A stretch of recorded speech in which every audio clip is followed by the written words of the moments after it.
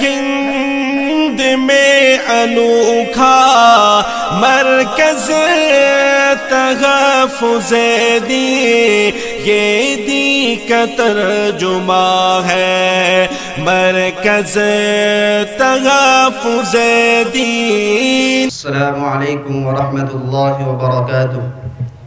نحمده ونصلي على رسوله الكريم، اما بعد، قال الله تبارك وتعالى: فأعوذ بالله من الشيطان الرجيم، بسم الله الرحمن الرحيم، يا أيها الذين آمنوا إذا لقيتم فئة فاثبتوا واذكروا الله كثيرا لعلكم تفلحون۔ صدق اللہ العظیم۔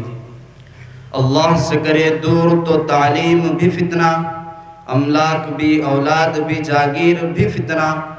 ناحق کے لیے اٹھے تو شمشیر بھی فتنہ، شمشیر ہی کیا نعرہ تکبیر بھی فطر۔ محترم صدر علی وقار، حکم حضرات، معزز علماء کرام و مہمانان عظام اور اس پرنور محفل کے نوشگفتہ پھولوں، آج کی اس مسابقاتی بزم میں میری تقریر کا عنوان ہے عصر حاضر کے مسائل اور امت مسلمہ کی ذمہ داریاں۔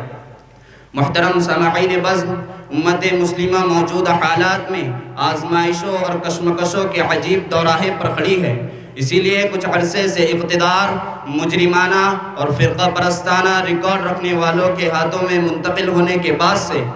وطن عزیز میں مسلم اقلیت کو جس طرح ہر محاذ پر ٹارگٹ کیا جا رہا ہے اور جان و مال، عزت و آبرو کے ضیاع و نقصان کے جو بے شمار واقعات پیش آ رہے ہیں، اس نے امت کو عجیب کشمکش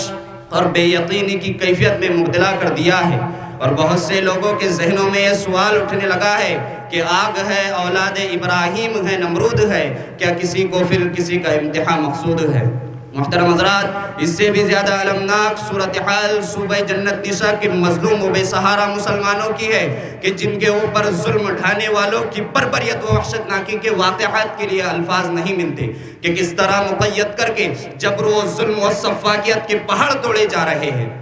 منصف وقت ہے تو اور میں مظلوم، مگر تیرا قانون تو پھر مجھ کو سزا ہی دے گا۔ کس میں ہمت ہے جو سچ بات کہے گا رانا، کون ہے اب جو میرے حق میں گواہی دے گا؟ صرف ایک مسئلہ نہیں بلکہ لاتعداد مسائل کھڑے کر کے ملت اسلامیہ کو متہم کر کے اسے بازیچہ اطفال بنا کر اس کے دین و ایمان، شریعت و قرآن اور اس کے ملی تشخص کو پامال کیا جا رہا ہے۔ ظالمانہ، جابرانہ، قاہرانہ سلوک روا رکھ کر ایسا کھیل کھیلا جا رہا ہے کہ خود انسانیت سے پناہ مانگ رہی ہے۔ تو کیا ان حالات سے ابھرنے اور صورتحال کو تبدیل کرنے کے لیے ملت اسلامیہ کے پاس کوئی راستہ نہیں؟ کیا ان مسائل سے نپٹنے کے لیے اسلام کوئی راہ متعین نہیں کرتا؟ محترم حضرات، ذرا غور کیجئے، بعثت نبوی کے زمانے میں کیا کوئی ظلم و ستم، سفاکی و عیاری، خون ریزی و بربریت کم تھی؟ لیکن ایک نسخہ کیمیا جس نے ذات خداوندی پر بھروسہ کرنے اور اس کے آگے سب کچھ سپرد کرنے کا ہنر دیا،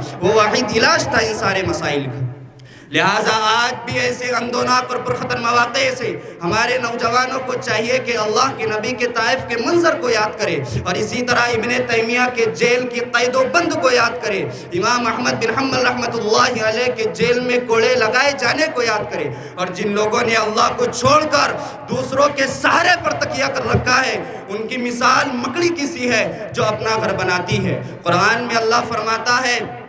مثل الذين اتخذوا من دون الله أولياء كمثل العنكبوت اتخذت بيتا وإن أوهن البيوت لبيت العنكبوت، کہ سب سے کمزور گھر مکڑی کا گھر ہوتا ہے، لیکن ہم یہ نہیں جانتے کہ فسطائی طاقتیں کمزور ہیں اور فوجیں کمزور ہیں، عالم اسلام کے بزدل حکمراں کمزور ہے، لیکن یہ ہمارا دل اور ہمارا ذہن کام نہیں کرتا۔ قدرت الہی کا غیب ہماری آنکھوں کے شہود پر غالب نہیں آ پاتا، ہمارا یقین متزلزل ہو جاتا ہے، ہمارا ایمان ٹھوکریں کھانے لگتا ہے، کلیجے منہ کو آنے لگتے ہیں۔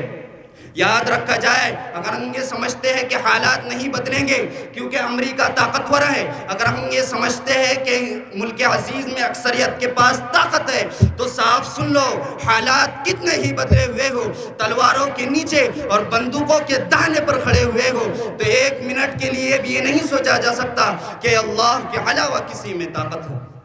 میں بھی خائف نہیں تختہ دار سے، میں بھی منصور ہوں کہہ دو اغیار سے، کیوں ڈراتے ہو زندہ کی دیوار سے؟ ظلم کی بات کو، جہل کی رات کو میں نہیں مانتا، میں نہیں جانتا۔